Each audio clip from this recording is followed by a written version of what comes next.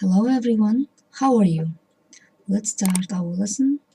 Today we have summative assessment for the unit Our Health, grade 6.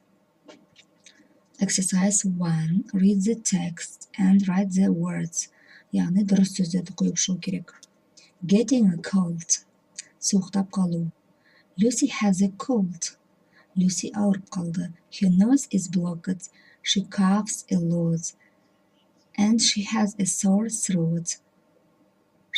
яғни оның мұрны қызарып, мұрны ағып, тамағы жөтеліп, тамағы ауырып қалды. She felt fine last night, but now she is very sick. Ол кеше түнде жақсы сезінген, бірақ қазір ауырып тұр. Lucy wants to go home and rest, but she thinks she can't.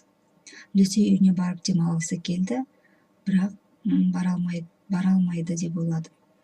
She is a student and her essay is due today. Ол студент. Бүгінгі тапсырмасы эссе жазу болатын. She needs to proofread it and print it. The teacher gets it on time.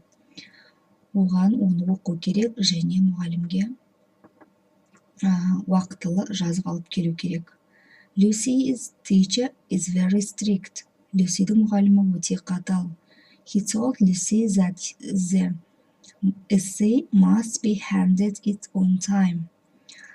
Люсидің мұғалімі эссе уақытылы болу керектігін талап етті.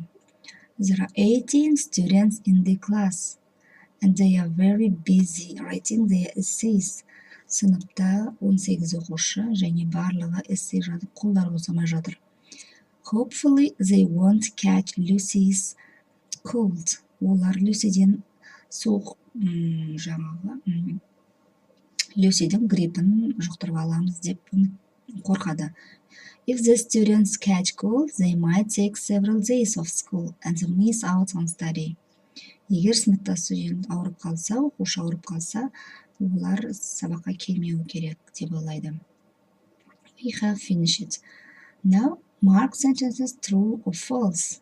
Дұрыс бұрыс екенін анықтаймыз. Lucy feels unwell. Lucy өзін жақсы сезінген жоқ. It's true. The teacher told that she could hand the essay later. яғни эссейді кейінірек алып келуін айтты. No, it is false. Exercise 2. Use the correct modal verb. яғни дұрыс модальді етістікті қою керек. Mustn't, need, should деген модаль етістіктерін қойылады. The first. You go in for sports. Сен спортпен шұғылдануың керек. You should go болады. Демек, should'ты біз біреуге ақыл айтқан кезде қолданамыз. Next. I need to go swimming to exercise my leg. Мен аяғымды жаттықтыру үшін мен жүзуге баруым керек. Children mustn't eat junk food. Балалар майлы тамақ, яғни жаңағыдай майлы тамақ жемеу керек. Денсаулыққа пайдалы емес. You mustn't arrive late for school. Сен сабаққа кешікпеуің қажет. I think you should go to the doctor. Мен ойлаймын, сен дәрігерге баруың керек. Деп біреуге ақыл айтқанда осы should'ты модаль етістігін қоямыз. Goodbye. Арнама тіркелуді ұмытпаймыз.